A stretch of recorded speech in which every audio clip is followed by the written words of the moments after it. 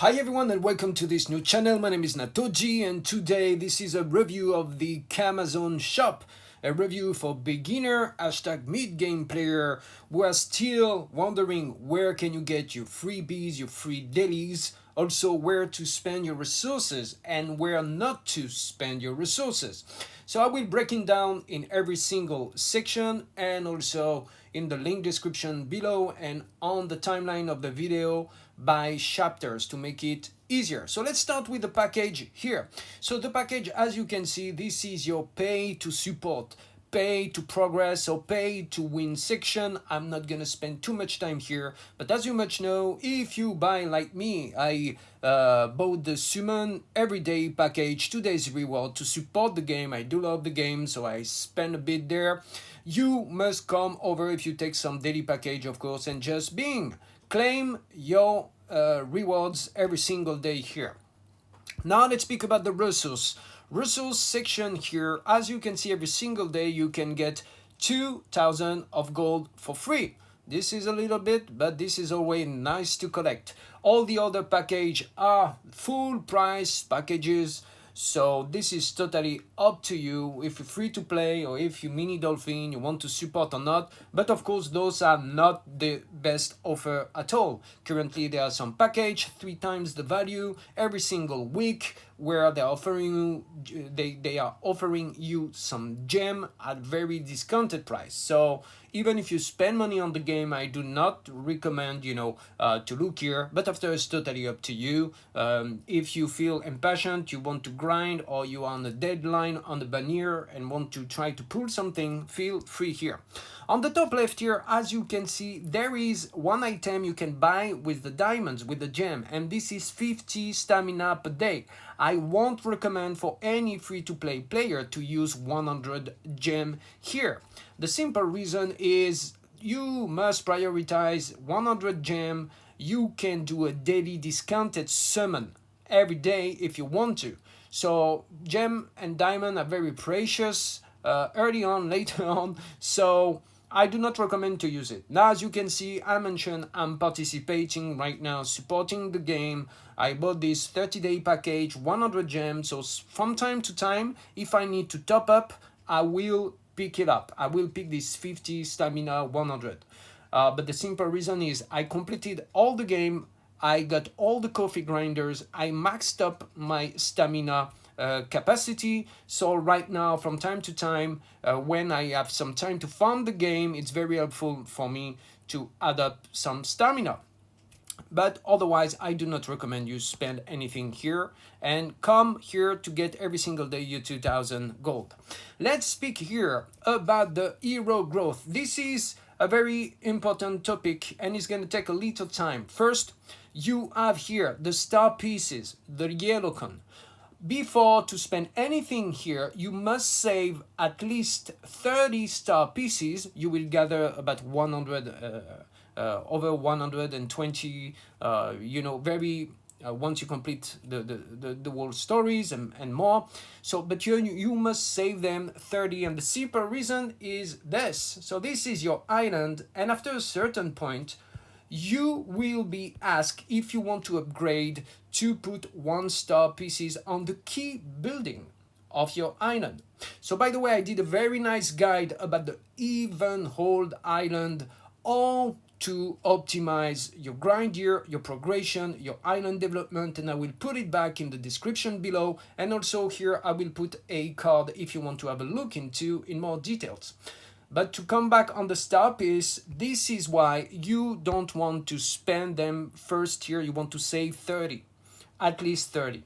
Now, after where should you spend your star pieces? The answer is here, the high grade evolution stone box, because this one gives you unique 3-star natural hero shards, and this is worth, of course, and you can spend it here. The other one I won't recommend because those are your 2 stars, your rare heroes, and you can get them from the dungeon. Now let's speak about the hero crystal. Hero crystal, you get them when you summon duplicate. So it's actually a very expensive type of resources to spend here in the shop.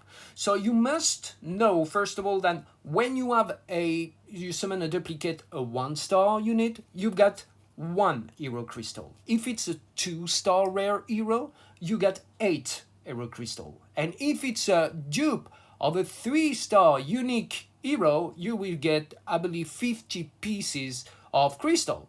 Correct me if I'm wrong, but this is not going to happen often, as you might know. But that's why when you have dupe, it's great. So this is where this resource come from. This is why you must be very careful in spending it.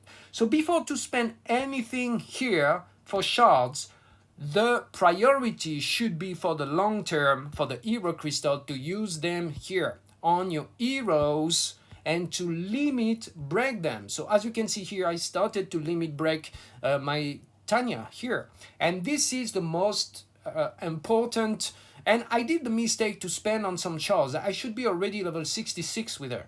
I did that mistake and I do regret it, because overall for the piece you can still farm them, get some from the event rewards on the long term, etc. So here it is advised to break it. What happens when you break, when you limit break a hero? You are able to unlock, as you're gonna see here, you're gonna be able to unlock some additional awakening nodes, which gonna help you to bring some more buff, get some more buff and ability for your hero. So that's why keep it for limit break. Don't use it, please, on the hero shot. Now, if you are in a hurry, this is just my recommendation. If you are in a hurry and you want here, for example, you have 40 pieces and you cannot wait and you want to play with Barry or Marina, you just pull them, it's still you 40 piece. It's totally up to you. Feel free. But you have to know that this is this is very hard to get unless you well or you spend a lot of money on the game. Now, as you can see here, it's already sold out, so I don't remember the precise price of it, but you have in that section of hero growth the legendary awakening stones. You can buy those 3 times a week. I believe this is very nice at mid game when you start to open those awakening nodes. This is a very nice resource to buy because the drops are very rare. However, it should be available in all dungeons for the awakening stones, but we know that the drop for those are kind of rare, so I highly recommend to invest here and buy those early on if you can. Let's speak now about the equipment. As you can see here, the first thing you want to buy every day, it costs you just 1000 gold, and I'm gonna do it straight away. Come here every day to buy this strengthening armor for 1000. This is of a good value. So here we go. This helps you to upgrade your weapon or accessories, and you must use armor to do so. Do not use spare weapon accessories to upgrade the level of your weapon or accessories, because you prefer to craft them to be able to craft 4-star later on, 5-star even weapon. You can get exclusive weapon just in crafting them without summoning or without buying them in a shop. So please come and get here for free. For the other here value, no, there is not real value here. So do not spend, you see 3500. It can be very, very early game, it can on the first day for your night, but even no, those are all obtainable, very easy. You can craft, you can summon, you can get, some very similar type of gears and effect. The only point I will see here is if by any I will say curse you cast one of those, let's say you cast the angel necklace at 5 stars and you grind it and you already upgrade it, then you might want maybe to limit break it, and then you can invest if it miss you 1 piece, because you can only buy 1 piece of those. But ultimately, this is really not anything you want to spend your gold on. Let's speak about the costume. Very fun here. This is totally up to anyone. Personally, I love skins, so having a lot of fun with character. I love some of them. I do not own them. I just like Ikati. I don't have them yet, but I love the toy gun skin, so I just bought it. Aside of being a cosmetic, this is a buff. Every single as you can see, it costs 300 for the 1 star, I believe. For the 2 star, for some of them, it costs 600 gem. And for Marina, correct me if I'm wrong, is 1,200 gem. And this give you a little buff. It differs from the different costume, but it gives you a party buff. So either it's 0.1%, 0.2% of whatever the stat. Can you imagine that once you collect 50 of them, you can get up to 5% of whatever the stat.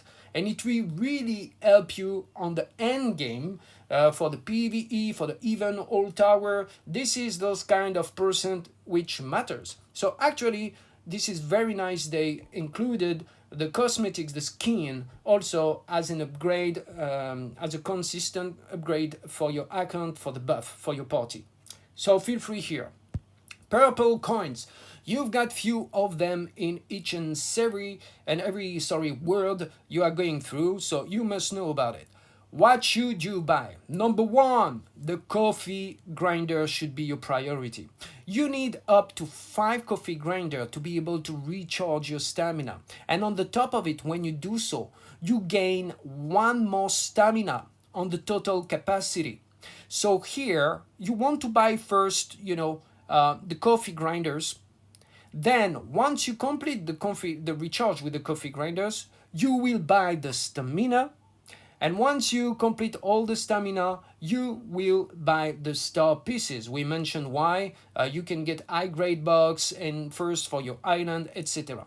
And then after, totally up to you. You can spend it on charts, whatever you want. But this is what you want to do. The things to mention when I say you must buy doesn't mean you must, for the stamina, you must, do it immediately. First, the coffee grinder. I bought them step by step. They were available to upgrade my capacity by 1. Then every day when I come back, I've got 1 more stamina.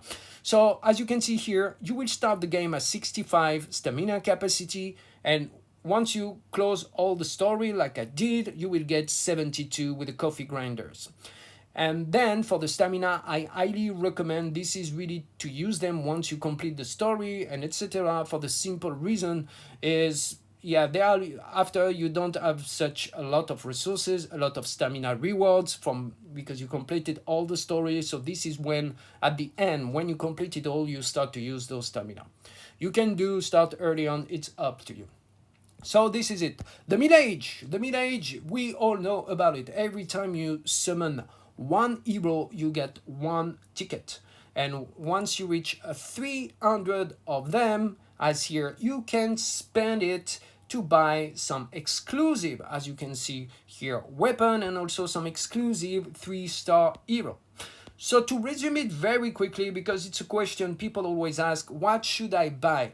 My only recommendation here, and that's why you see I'm not spending them yet, I'm saving them, is whatever hero or weapon, buy only to complement if you already have a hero or a weapon, because this will stick around, they won't disappear. So my meaning is, if you have no Marina, there is no point to buy the Armada yet, but if you have, of course, already you plead vice from your island completion as a free exclusive reward, then this makes sense to spend on the weapon. So do complementary buying here. Just don't make a 1 buy and you don't have the hero of the corresponding weapon. This is my advice. Battle medal. For the battle medals, you will get them in the PvP section, the Colosseum, every time you participate, and the arena. Here, I just want to mention very quickly, the first things you want to look at, of course, are the 5 stars. The 5 stars accessories, because those are exclusive. They cost also the higher cost of 600, and a lot of players are asking about those two. Which one should I pick once I reach 600? So there are 2 things to mention here. First, about the Mad Panda brush. You must know that damage reduction, which is in the main option here, it takes it all. It is not, damage reduction is not applied in PvP. Damage reduction is not applied in arena, is not applied in Colosseum. Okay, so this is not a optimal, I will say at first, optimal accessory for PvP. That's it. Now what you can do, see, it's still a very good, and the sub option offer you some decent HP, skill damage, and some shield, so it's great on the defensive side.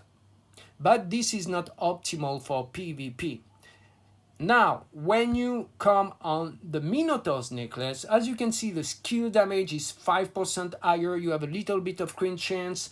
The weapon skill regeneration speed of 10%. You know, it's slightly less def, 2% less. But this, you have the sub option to have a very strong attack boost. But you have just one random ability. So here you can get fire, water. So this is random. Okay? This is totally random.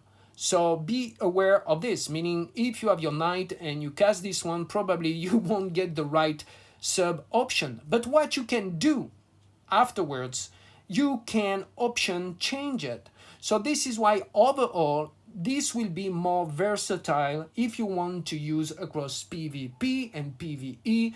Personally, I will buy first this Monitor's necklace, and I will explain to you why. Here you can change this, but it's really random and RNG, later on. But you could find a unit you can put it on, even if it's not at first your main and carry unit. So I will first start by this one. Personally, this is my opinion.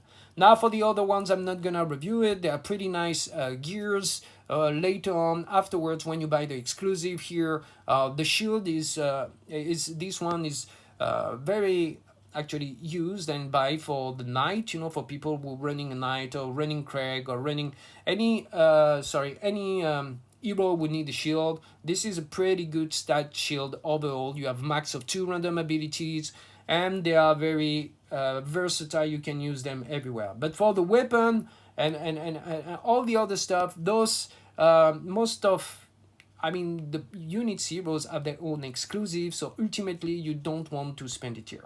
Now you have some more costume if you want to. And at last, the Mirror Shard here. So Mirror Shard, this is very end game content. So to come back here, you get those once you finish the story and you complete, and most importantly, you will unlock at some point the Mirror Rift.